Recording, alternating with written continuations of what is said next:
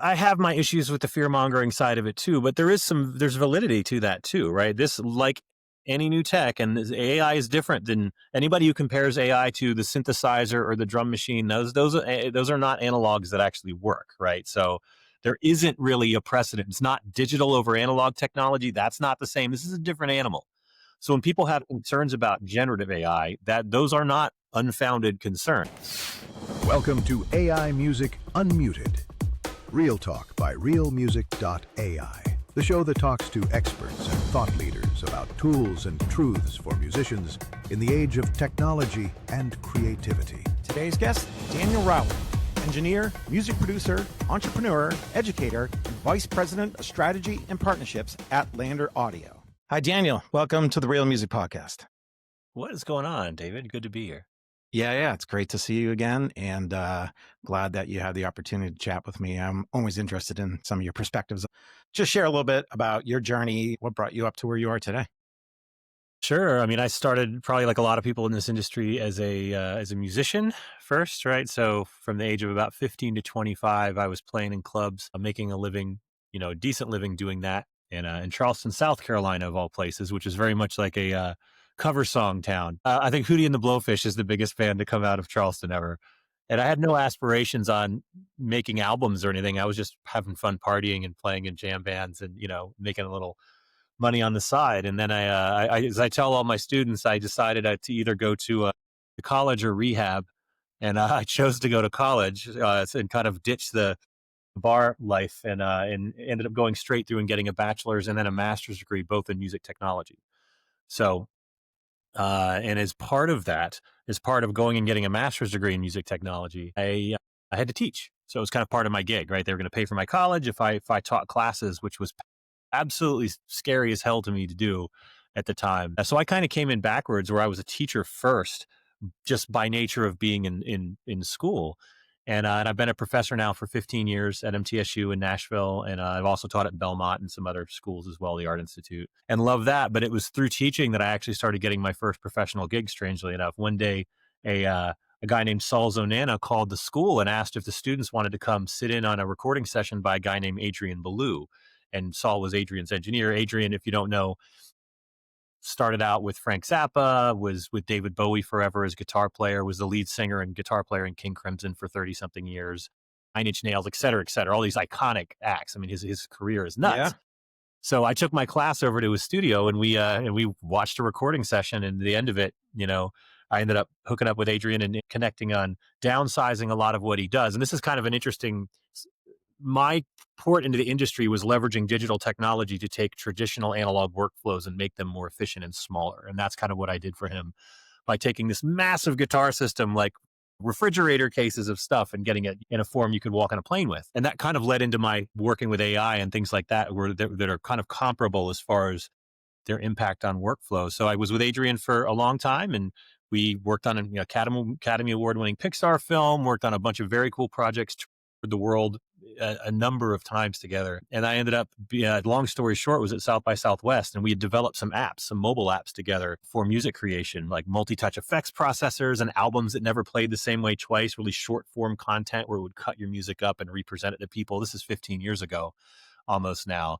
And that's where I met LANDR. So I was already doing kind of cool, innovative stuff in the space. And then LANDR came and said hi, and we went out and had dinner, and I learned about what they were doing, which was leveraging machine learning to automate certain parts of the music production workflow, in this case, mastering. And I thought that was fascinating and came on board at that point. This is maybe 10 years ago, as their senior audio engineer, to kind of help improve what it sounded like. I'm not somebody that was super tech savvy necessarily outside of knowing music production software. And I evolved in that company. I'm now the vice president of strategy and partnerships and have been for some time. And I was lucky to get in early in the sort of AI space over a decade ago now, and have been talking about it on panels and podcasts and out communicating with colleagues and other creators about their feelings, their anxieties, all of that for a long time now. So I feel like I have a really interesting picture of sort of the history of this part of our industry, at least as it came to be on the forefront for most of us average creators. Well, that's interesting, going from musician, and then your collaboration became helping him be more efficient. And then that brought you into the tech space and developing apps and then machine learning, which segued right into AI. And you were still an educator at the same time and merged into one thing to where you are today. 100%. Yeah, super lucky. It certainly was not a strategy on my part, but yeah, the Those are the best education, strategies. yeah, education, tech, and then music production, which I still do quite a bit of. Less so on the actual production side these days, but I do a ton of mixing and a ton of mastering on all sorts of fun projects. So I still kind of have my feet in all of those worlds, and yeah, they all play into each other, right? So it makes a ton of sense. Speaking of AI, that's obviously a big part of, what we talk about here. And I know we were talking earlier and you mentioned that how generative AI could actually make music more musical. And I'd love for you to elaborate on that because you said that, I stopped you, and I haven't heard the answer yet. So let's go. Yeah, let's see. I don't know. I don't know if that's a controversial statement or not, but it's 100% true. I think part of the problem is we tend to associate generative AI with prompt something, get something, right? And that Yes. was sort of the first way it entered into a lot of our purview, because that was the way the tech was developed for other uses, right? So okay, we ported that over to music, and B, in theory, that addresses the largest total addressable market for companies, right? If anybody with no musical talent everyone can type, right? So if you can do that, that's an entry point to creation. It's not necessarily particularly applicable to people who already create music and have some knowledge of production flows, right? The greatest way in. So now what we're seeing is companies say, okay, we have the tech to do stuff where we can generate components of music. Now let's get rid of that text input and look at other ways to go about it. So when I talk about making more musical, there's a few different things I would point to. The most exciting for me is, and this is LANDR has a product in concert with a company called AOD.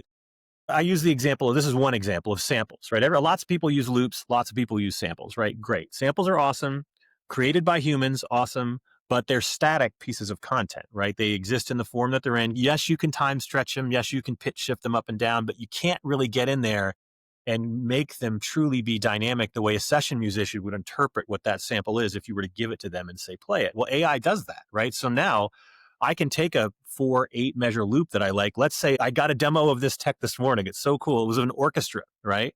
An actual orchestra, and dropped it into a project. And that loop then looks at all the other tracks in the project, right? And it looks at the timeline, right, of however long the song is. And it now will reinvent itself to adapt to that vertical arrangement and to that horizontal arrangement. So it breathes over time as if you had hired an orchestra, and also adapts to fit perfectly both in groove and, melody and harmony and all of that with your content. And I think that is fascinating, right? It takes something that it was something that I would just loop out, right? That would be very static and very boring, and now makes Sure. it more musical, right? So a Yep. human still Dynamic creating the and original content. Good. Sorry. yeah, yeah. No, I just said, it adds a dynamic element to something that was, previously kind of static, right? Sure. Interesting enough, it adds some life to it. Yeah, and I mean, the argument against something like that, just to look at both halves of this, would be like, well, now you're never going to hire an orchestra because now you have this sample that can do that. Well, no one's hiring an orchestra anyway. It's the same thing with mastering with LANDR. When we came out, I had misgivings about this myself at the time. It's like, well, are people going to hire mastering engineers anymore if you automate mastering? Well, the reality is the people who are using automation typically are not people who are hiring, who have a budget to hire a $200, a song mastering engineer, right? There's room for both. There's appropriate solutions that now address the entire market as opposed to just focused on people who have money for certain, you know, to spend on certain things. So I think, and I say this all the time, the mastering industry still exists. LANDR's 13 years old. Both things exist concurrently. There's a number of other mastering solutions behind LANDR. It hasn't killed the industry, this, that, and the other. And I would say the same thing for this. There'll still be session players and all of that. But now it makes, before we ever get to those people, everything else now becomes dynamic. And that includes, by the way, if you record your own guitar loop, I could sit and tap on my desk right now, record that, and have that become a loop. And I can shape what that loop is. Do I want it to be more like drums? Do I want to be more like guitar? You can actually make anything into usable content. And I think that, again, I say more musical, that has the potential to make the way that modern pop music is made, at the very least, more interesting and more musical. And I think that's freaking cool. It's, accessibility. I think we're going to see a lot of creativity brought to a higher level. So Blue was on the podcast from IoT, Yes, I and know. they're well known for virtualized musicians, and they do everything responsibly and ethically, and make sure everyone's getting compensated and so forth. So it's interesting to hear about you guys collaborating on this. I love what they're building, and it's a really cool sort of symbiotic relationship. The way that we're starting to build some of these tools is an example. AOD, as you said this, and in addition to what I just talked about, they have the ability for you to go in and pick a saxophone player, like a real human saxophone player. You see their picture, you can go look them up, look up their music if you want. And that person has trained, AOD has trained a model on that person that will perform over your song. So if you want a sax solo in this 16 measure section, you select it. You can choose things about the performance. Do you want it to be muted? Do you want it to be more dynamic? Do you want to have it more fills? Do you want it to be like whatever you want? And it will compose over that. And you can regenerate or in paint pieces that you don't like and come up with something that sounds amazing that is based on a human. That human gets paid, by the way, for Right. the creation of that model on a recurring basis, not just a one time fee, right? And in LANDR, by the way, we source data from our users. We may talk more about this later, that we're providing AOD to help train models. And our users who opted in to provide data get paid on a recurring basis when AOD is used. So it's like, I just think that's fascinating, right? So the artists are getting remunerated that are providing the data, but they're also getting tools that they themselves can use to make music with. It's not, you're not just making tools for other people, right? It's stuff we can, it can improve our own music, and then we can also contribute to the data that powers those things. And I think that's, if there is a best of both worlds, I think that's it. Well, that accessibility, like you said, I'm not hiring any orchestras for my own personal music compositions or anything like that. So it's nice to be able to do that. So we kind of went there a little bit. You want to talk to us a little about Lander's fair trade data licensing approach? Sure. I mean, we started this about a year and a half ago, and the idea was, we want to partner with companies that are creating, AOD is a good example, ethical models that we can leverage to build what we believe are tools that creators want to use. And I mentioned, that getting away from text input, building things that people will use in more traditional music production workflows. And but to do that, we needed some data, right? We needed data to help power these models so we could kind of shape them to be what we think would be best. So we asked our users. We went to our users and said, okay, we distribute a lot of music. We're a distributor.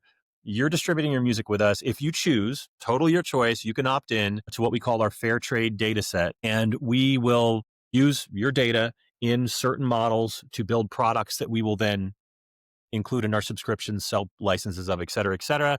And you will get revenue every time something is sold that your data was used to help train. You get revenue from that. So it's not like a one-time payment, which is a terrible deal for anybody, right? Where you get, here's $1,000, buy. That's not good, right? These things need to work in a way that is a recurring way for artists to generate revenue. The same as streaming and anything else. I think if it's going to truly be fair, and if you're going to benefit, as we succeed more with the products that you helped us build, you succeed more, and that's how that needs to work. So we're just now bringing our first products to market this month for that, and we're super excited about There was a time where getting paid just one time as a session musician was a good idea because there's more songs being recorded than there are successful songs. it. But Yeah. now this model, it really brings a good argument to getting reoccurring revenue. Yeah, sure. And we were super early in doing that, right? And now you're starting to see the continued development of attribution models and things, right? Where people can not just contribute data to sets, but then when an actual song is created, you can really trace back which pieces of data were used, and people can be, paid for their individual contributions and that type of thing, which I think is ultimately the future of this. But we wanted to get it off the ground quick. So in our case, if your data is used, everyone splits equally, basically, the revenue that comes in. And we may refine that in the future, but it allowed us to get to market very quickly with this, and now have products to go out before that attribution tech was really mature, which is starting to become. So this, yeah, Yeah.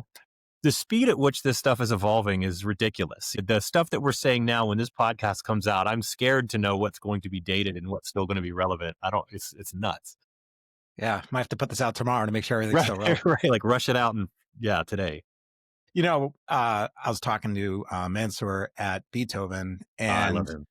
he brought up a quote I didn't remember. This is going back a while. So Elon Musk actually said, the one area AI won't replace is art and creativity. And, I think we didn't really expect this for AI to really saturate the creative arts the way it has so quickly. There's a lot has changed. Like you say, we're kind of in the, I don't know if we're in the 2.0 or 3.0 of this, but hopefully we're beyond the fear mongering and we're really seeing the real uses of all this. Yeah, I mean, and I have my issues with the fear mongering side of it too, but there's validity to that too, right? This, like Right. any new tech, and this AI is different than anybody who compares AI to the synthesizer or the drum machine. Those are not analogs that actually work, right? So Right. there isn't really a precedent. It's not digital over analog technology. That's not the same. This is a different animal. So when people Yeah. have Good concerns point. about generative AI, that those are not unfounded concerns. Now, I have what I take issue with, and I had a bit of a gnarly conversation with somebody about this yesterday, is people who just put their head in the sand and have said for years, it'll never be anything. Look at Will Smith eating spaghetti. Like, that's what it's always going to be. Like, people who do this with any tech that say whatever it is right now is what it will always be. Like, if you can be that ignorant after a lifetime of watching tech development and not kind of put some skin in the game and try to shepherd what it is going forward, and then just wake up one day and say, oh no, the industry's going to collapse because now it's good. That drives me nuts. I had somebody yesterday, just as a quick aside, who has been all over LinkedIn for years, just shouting down anybody having a conversation about AI and music, even if they were being, not even super supportive of it. Just like, don't talk about it. It's garbage. It'll always be garbage. I'm an old head. I know what music is like. And now that person reached out to me to be like, well, I think I want to launch an AI product. Can you help me launch an AI product? And I was just like, what? Just because there's money there for you now, and now the tech caught up, you're one of the reasons that we're in the position we're in, because I'd much rather people participate and try to build and shepherd products forward in a way that serves creators than just always be critical about things and then, come on board at the end, right, when everything seems to be resolved and they see a little bit of money to be made. That drives me absolutely crazy. So, and I've been Yeah, for good reason. anyway, so I mean, tangent. early tech always, no, we're here for tangents. So Yeah. early tech always, it's not always great right away, but luckily this is accelerating at a pace that is just increasingly faster and faster. So we've made a tremendous amount of progress in a short amount of time. But what didn't help is obviously a lot of the early novelty stuff, the fake Drake songs and all that. But you know, I've never found, short of maybe Weird Al back in the day, I've never found a lot of humor and parodies, but there's been some pretty funny stuff out there. So I don't know. It's Take it for what it is. Yeah, a lot of novelty stuff, but the fake Drake stuff, it's got to break a few eggs to make an omelet sort of a thing. That actually, when you look at what the major labels are going to do with Udio, with Suno, with some, Stable Audio, with some of that, it's going to be very much the fake Drake thing, except the licensed version of that, right? Whether Drake participates or not, that's where a lot of this is headed. And you look at Suno's acquisition of Songkick, which I think is fascinating, right? Where they start to get a lot of data on the concerts that fans go to help push them towards which music they might want to generate. I 100%, and we've started to see this, but I've was saying this 2 or 3 years ago, where you will go to concerts and a chunk of what the artist plays live will be fan created music, right? That Right. fans, the artist. Teddy Swims had an article this week where he was talking about how he uses AI to iterate through songs in a country style and a rock style, right, as he's looking to write. And then he found one fan generated track that was using a vocal unlicensed model of his vocal, and he loved the chorus of it. And he reached out to actually, let's build a track off of this because I think the chorus of this is amazing. And well, when he found out that he actually had to get permission from the writer, the person who prompted it, and there would have to be rev share and stuff, he was like, nah, I don't want to deal with that.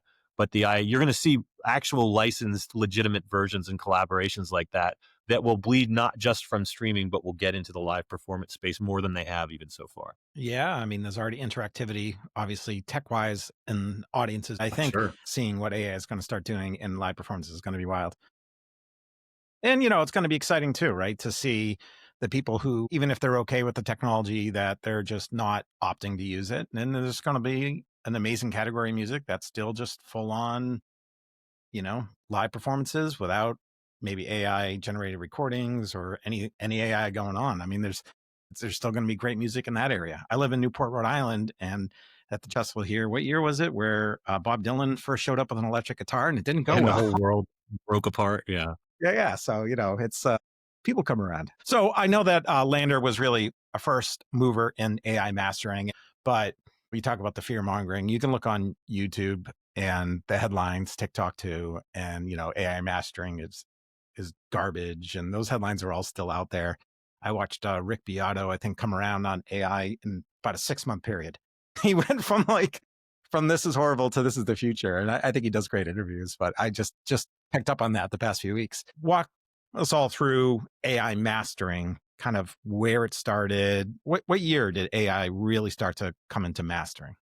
Yeah, it would be probably 2012, 2013, something like that. And there were certainly AI has existed for quite some time, right? So there's been certainly research projects where AI has been used in music production, right?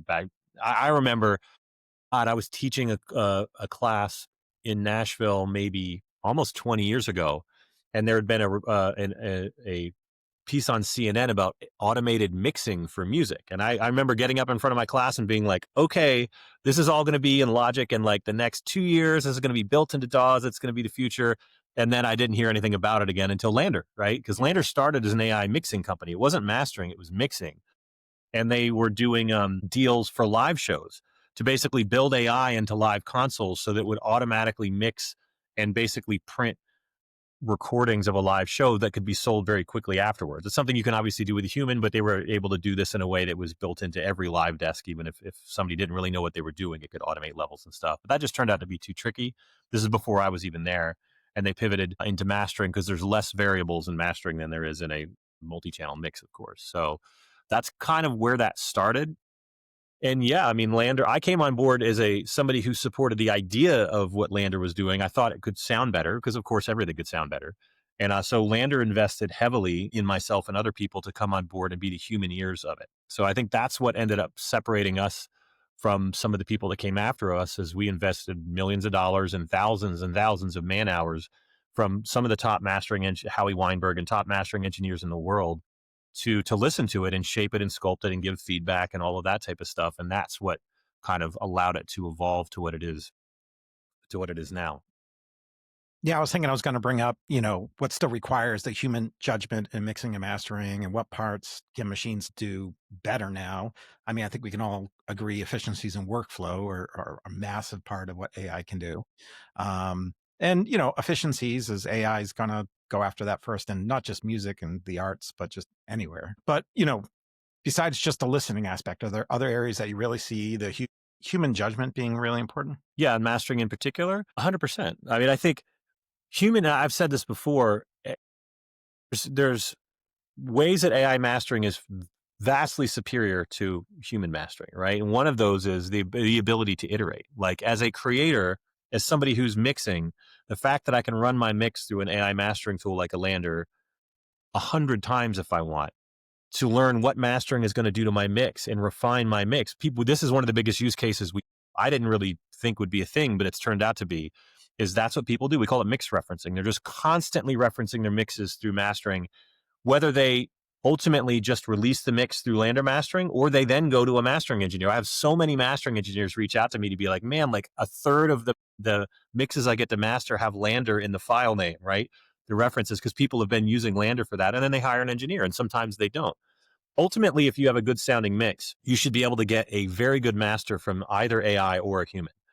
I think the problems that humans are able to address, like the nuanced problems of bad mixes, is something that AI still is not as good as it could be at yet, right? And I'd say that's just across the board for any type of AI, right? When you get into really granular problems, then humans are definitely going to be superior. But in a perfect world, you would have spent more time on your mix so that it didn't have those problems when it goes to mastering. Because even as a mastering engineer, I'm not a magician, right? I can only polish the turds so much, right? So ultimately, oftentimes we go back and say, man, you got to remix this, you got to do this, you got to do that.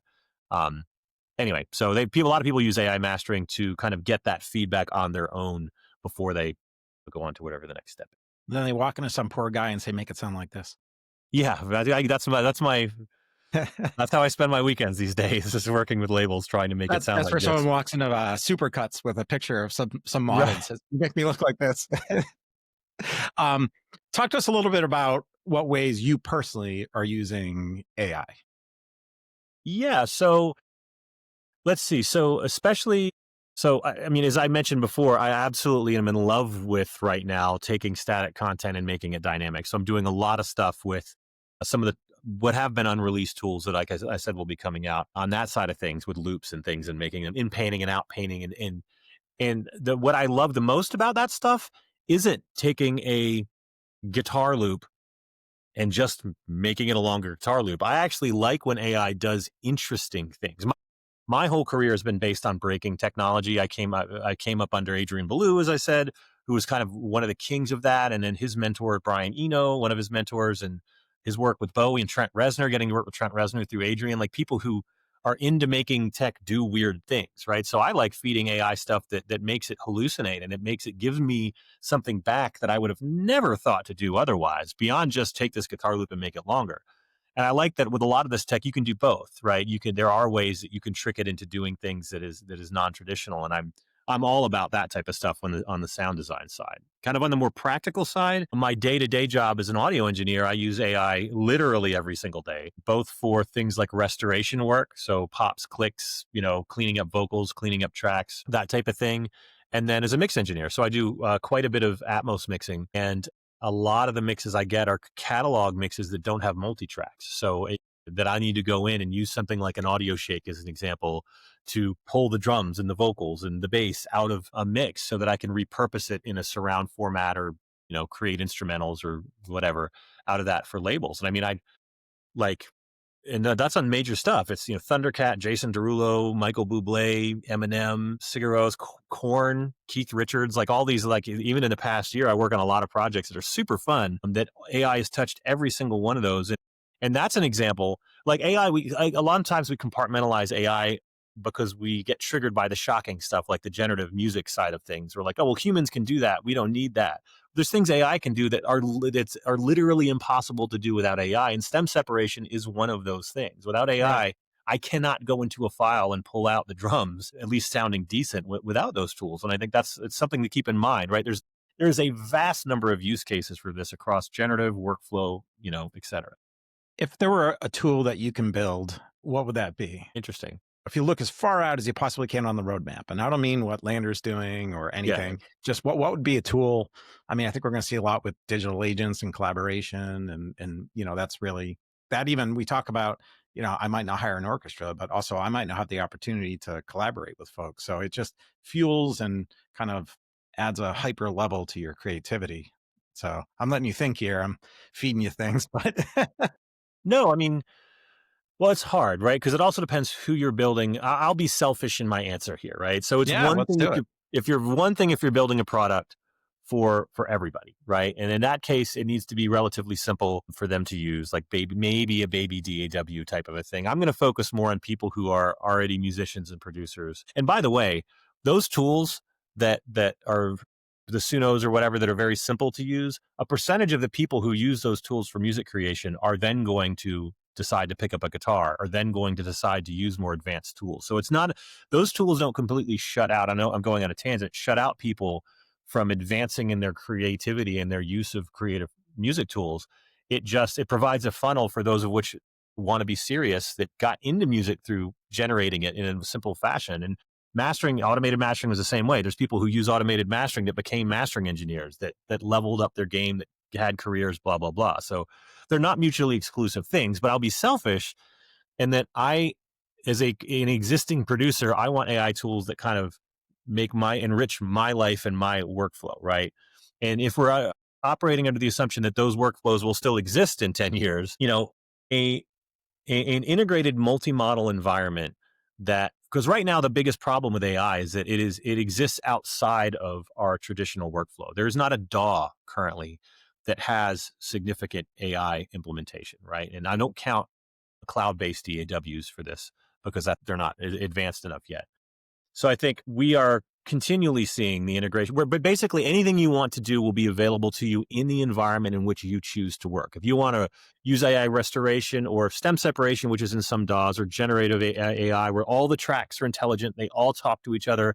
It's this living, breathing, creative machine, as opposed to in the past, which was sort of a tool where you're trying to have to hammer everything out and build everything up from scratch. I always use the Donald Glover quote, which is I think the best use of AI is to allow you to make mistakes quickly, right? And to have that be part of our creative platforms where we can experiment and create and find the directions we could want to go in, what works, what doesn't, directions we would have never thought of, as I said before. Those are the tools that I would like to see built, but they all need to exist inside of the same environment. So it's a really simple answer to your question. It's like make Yeah. everything that we have on the generative side sound better, and then get it inside of whatever the DAW of the future is, so that we can all actually use it without having to jump through a bunch of hoops, which is sort of where we are now. And then the last thing I'll add, and there are some companies doing this, is I think the vibe coding thing is interesting. For those that want to go down that route, there's a company, Audio Tool, that I work with, who have implemented vibe coding into their online DAW. So if there's something that you want to exist that doesn't exist, let a plugin is an example, right? You Right. can vibe code it. The LLM that they integrate can look at your project, look at every track on your project, every note that you've entered, every fader it has every bit of information about what you're working on. And it can leverage that to build workflows, plugins, et cetera, just out of thin air in a very quick, easy fashion. And I think that's also, there's something there too, where you can really have customized, efficient workflows, either that you kind of prompted into existence, or the AI is just suggesting things to you based upon the patterns that it sees and what you're doing. So the dream of all of this is, yes, there's some cool creative opportunities with AI, but ultimately, I think what everybody wants is to automate away the tedious tasks that are distractions from the things that, whatever it is you enjoy doing, let you focus on that and get everything else out of the way. And the personalization side of this is cool because that's going to be different for everybody, and that can be a thing. I mean, to oversimplify all this, I grew up in 4 tracks, right?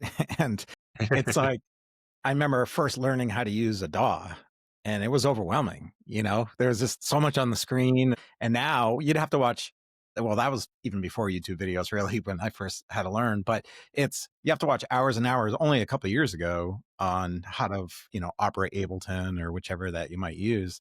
And then now, you can have digital agents just like accelerating that whole process. And it just lowers the barrier for people to learn some of the tedious tasks and just the learning curve, if you will, and get right to the creativity. Yeah, and we have to remember sometimes, what is the reason you learned how to use a DAW? Like, was the reason because you wanted to learn how to use the DAW, or because you wanted to make music? Right? Yeah, The DAW in because you want some to make ways is music. the hurdle to actually doing the thing that you want to do. And it's not the DAW's fault. It's just where technology was when those things are developed. But when you're sort of an older person who comes at this like, well, I had to walk through the snow for 10 miles to learn how to record music, so everyone should have. But there's a lot of people who still have that mindset. Some of the people we were talking about earlier that were shouting down some of these AI tools instead of sort of interacting with them. We tend to want to defend where we are because we put so much work in, and not allow other people to sort of sneak in through the side door without having to do that. But that's what technology does, right? It evolves. And ultimately, if this gets to a place that whatever you want to do in music, even if it's you want to get into the weeds and code, like, that's great too. Whatever it is, it allows you to do more of that without all the stuff you don't want to do. I think I know I said it before, but that's sort of the dream of all of it. Gosh, that it drives me crazy when people get tunnel vision about this stuff. It's like, well, this is going to destroy everything else about the industry. No, it's just another thing, right? You can still collaborate with people. People will still do that. You can still use traditional tools. Now you just have this other thing that's an option for your creator journey. And I'm not a maximalist about it. I mean, there's going to be impacts to our industry as a result of this, 100% positive and negative. So I'm not trying to say it's all, glass half full constantly, but it is also something that is happening, and there's nothing that we can do about it, right? So we have to sort of participate with this and make it the best that we can be. And also, use it so that if you have a career in the music industry, AI may need to be something that you're incorporating if you want to continue to have a career. And that's why you see so many songwriters using AI right now. It's like the ship has sailed, right? For anybody that would say, well, professionals aren't using this, bullshit. Professionals are using this in droves. Sure. And there are tracks in the Billboard Top 100 that are AI, have a lot of AI generated content in it, right? So like, this has already happened. It's just not, people aren't like out there in the streets talking about it as much like AI mastering. We have lots of famous artists that use LANDR. They just don't typically want to talk about it. And I understand that, right? They don't want to go out and say, oh yeah, I used AI for this, because it feels like it somehow diminishes your art. But the reality is it is happening at scale. Yeah, I do like the comparisons you made. This isn't sampling. This isn't streaming. This isn't analog to digital. This isn't MIDI. I think in a lot of conversations I've had, those topics have come up. And sure, MIDI helped anyone have a Steinway piano, but first of all, you can still go buy one. It is on a whole different level in multiple ways. Yeah, because it gets to the core of creation, right? Everything else, all these other advancements were either tools of creation or tools of distribution, right? So, yes, they were democratizing and they opened up access to people to leverage them to do something with their music. This gets even earlier into the ideation phase at a scale that we've never seen before. So, it's comparable in the sense that it's a development in technology, but it's not comparable in any other sense to me, which is why we have to be super, super careful about this. And as we recently saw deals finally being done with the major Gen AI music companies and the major labels, right? There's a lot to still come to light as far as what that is going to mean. I mean, I think ultimately it's fandom becoming creators, and we talked about even live performance and how those things could all congeal, but we haven't seen what the actual impact is yet on the industry from this. That's in the next 1, 2, 3 years. Yeah, I think just every 6-month period is going to be like a year easily. It's totally nuts, but yes, but Yeah. it could be 6 weeks at this point, but yeah, Right, right, hopefully it'll be right. 6 months. So, as we look forward, what do you think are the skills that matter most? If you can, you're an educator. So what recommendations do you give to students who, they're seeing AI develop, but all these other advancements we talked about just previously, they don't even know a world before them. So they grew up with all that. AI's right here in their laps. What is the advice, or what do you think matters most for, future musicians, producers, engineers, and any other type of creator, anyone related to the music industry? Sure. I mean, the generic answer is like nothing doesn't matter what the tools are, right? Ultimately, all the tools have ever been, including a guitar, including a piano, including your voice, including a DAW, whatever, is for you to express yourself in some way. So you have to have something to say and some degree of taste that you are going to impart on whatever tool it is that goes out into the world, and hopefully people connect with it, right? So to never lose sight of that is the core thing that all of these musical instruments are, and et cetera, are for, right? Um, and so the other thing I tell my students is all the time is you have to keep up with AI, right? Because there will be a day where the generation exists that never knew a period before AI, right? So it will be completely normalized in that regard. So you can't put your head in the sand, but you also need to understand how the sausage is made, right? You need to understand mixing. The need for people to orchestrate music, as an example, or mix music, is not going to go away. It may become a little bit more boutique, much in the way that, when custom furniture makers, when furniture became mass produced, or custom clothing makers, when clothing became mass produced. So there could be some analogs to that type of stuff, but those aren't going to go away. They just may be more valuable over time, and we'll see. So you still need to understand all that stuff to me if you're going to be serious about it. But at the end of the day, the other reason to be super keen on all these AI tools is that it does expand your palette of what you can do, even outside of music. If you want to be an artist, great, be an artist. You want to use AI, great, use AI, but also use AI for promotion of your music. Also use AI to automate other things to allow you to have a career, because that's what everybody else is going to be doing, right? You now become a bit of a cottage industry on your own, which was possible before, but now you really have agentic tools pull all of that off. So if you're not hip to that stuff, you're just very little chance for you to be successful against people that are leveraging technology for that. And I think that's another key reason. Even if you don't want to use it in the creative process, there's other areas that it can be super helpful for you on the music side of it. If you want to be a musician and never get beyond a acoustic guitar and maybe a microphone plugged in, and that's your tech stack, That's then that's awesome. great. That's awesome. That's always going to be there. 100%. And again, the live side of this will be interesting to see what AI does for live music. But yeah, so now you can singer songwriter, acoustic guitar, vocal. I honestly, I think that type of thing is, I'm just fascinated to see what impact, last tangent I'll go on, AI generated music has on the type of music we enjoy listening to and creating, right? Certainly, I think there's going to be more value placed on people seeing how the sausage is made, seeing you actually play an instrument and perform, right? To show that you're not, yeah, because there's going to be just a ubiquity to the ability to just prompt music, great sounding music into existence. Let's say you actually perform it. And when we can all prompt music into existence, what type of music do we as actual musicians and producers want to make? Do we just continue doing the same thing, which is effectively identical to what everyone can create, or do we try to push music in a new direction? Maybe that's not even possible. I don't know, but I do think it's going to be fascinating to see, much like what photography did for painting, where painting went off in a completely different direction from realism because photography was very real, what that could do for the popular music that we all gravitate toward. I've been thinking a lot lately after a conversation I had the other day around music discovery. And I'm sure Spotify and all the other streaming services are building this in. There's so much great music out there that we're not hearing. Our friends give us recommendations. We hear the popular stuff, but we'll be able to be sitting in a park and it's raining out and we'll just be able to say, what should I listen to now?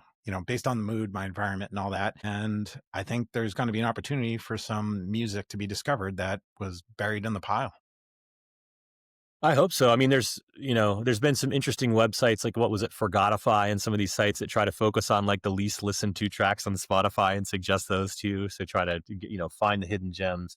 There is an argument that what'll happen in the scenario that you just laid out is that the piece of music will be composed for you effectively live on the spot based upon the variables of your setting and your emotions and all of that type of stuff. And I think that adaptive sort of music concept is cool for functional music. But I think ultimately one of the things that we all enjoy is the shared experience of media, whether it's a movie, whether it's music, right? It's that you can listen to something and then talk about it with other people, right? Or that you can share that and other people can experience something the same or at least very similar.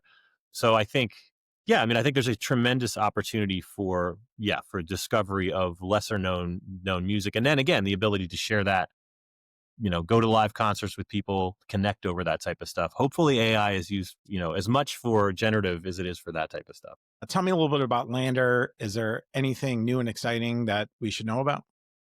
Yeah, for sure. I mean, we talked a bit about some of our upcoming AI or the new AI products that we've released, and there's more coming on that front. But I also talked about the fact that one of my dreams is to have all this stuff integrated inside a unified creative environment. Some of you may have heard to that point, LANDR announced the acquisition of Propellerhead's Reason DAW, or the company used to be called Propellerhead, now it's called Reason Studios. So Reason, if you don't know, is a DAW that's been around for, I don't know, 25 plus years. And it started as a big rack of like analog synthesizers and effects and things like that you could connect. It's how I learned how to produce music. It's how a lot of people learned how to produce music because it was in every university. And it eventually became a full-fledged DAW, but it's one of the most like creative possible environments to make music in because you can just connect anything however you want and make sounds the way that you want. So I've been very passionate about it for a long time. I've taught thousands of students how to use it over the past 15 or so years. So now it's under the LANDR umbrella and it still exists on its own. It's still its own thing. We're not messing with it. We're just giving the Reason team more ability to develop and refine that tool. And Reason users will get some of the cool stuff that LANDR does, like distribution and samples and all of that and plugins. And then LANDR users will get some of the cool stuff that Reason does. And a big thing that we're focused on is making it more available just as a cool rack of instruments for people. Like most people have a DAW that they use. This just becomes like the thing that you can insert into your DAW that gives it superpowers. And when it comes to instruments and effects, and we're doing a lot of work there. And as you imagine, there will be some AI features that come to Reason, as I was alluding to before, that are very creator focused and awesome, but that really allow you to do things that you can't do in any other DAW. So I think this is the first time where you have an natively AI company in LANDR and now kind of a traditional DAW joining forces. And I think that really could be cool for the future of creator tools. And I'm just super excited to get to be part of that. Well, you guys are always on the cutting edge of things, so that's pretty exciting to hear. It's pretty exciting. Yeah, it's pretty exciting. I'm just a fanboy for Reason. So, and I think a lot of people, if you haven't used it before, you're freaking gonna love it. And there's a lot of dormant users, that we're bringing back into the fold. So super exciting, man. I got some well-known artists that'll be coming out and talking about this. So, good stuff. All right, Daniel. Well, always love hearing your perspective. And I think you gave some really good real world examples, things that people are going to learn a lot from. And, just always good chatting with you. So tell us a little bit, where can people check out LANDR and learn more? Yeah, definitely. So, not surprisingly, LANDR.com, LANDR.com, go check it out. If you're not familiar with LANDR, it's kind of an end to end subscription for everything you could need for music production. So, we talked about mastering, but that's like one tiny sliver of what the platform became. It's samples, it's plugins, it's educational courses, it's DAWs, it's collaboration tools. The idea is giving you everything you could need to make music kind of under one subscription where things all work together. That's what LANDR is. Um, yeah, go check it out. And if you ever want to chat with me, feel free to hit me up. I'm not the most active on social media, but I'm obsessed with LinkedIn of all things. So you can find me on LinkedIn. That's probably the best place. Though I do have an Instagram account as well, but I'm always around to chat. Yeah, feel free to bug me, man. And it was really a pleasure chatting with you, David. I know we've been trying to get this going for a while, so I'm happy to join. Yeah, absolutely. It was good chatting with you. All right, everyone, check out LANDR.com and RealMusic.ai, and let's go make some music. Nice. All right. Thanks, Daniel.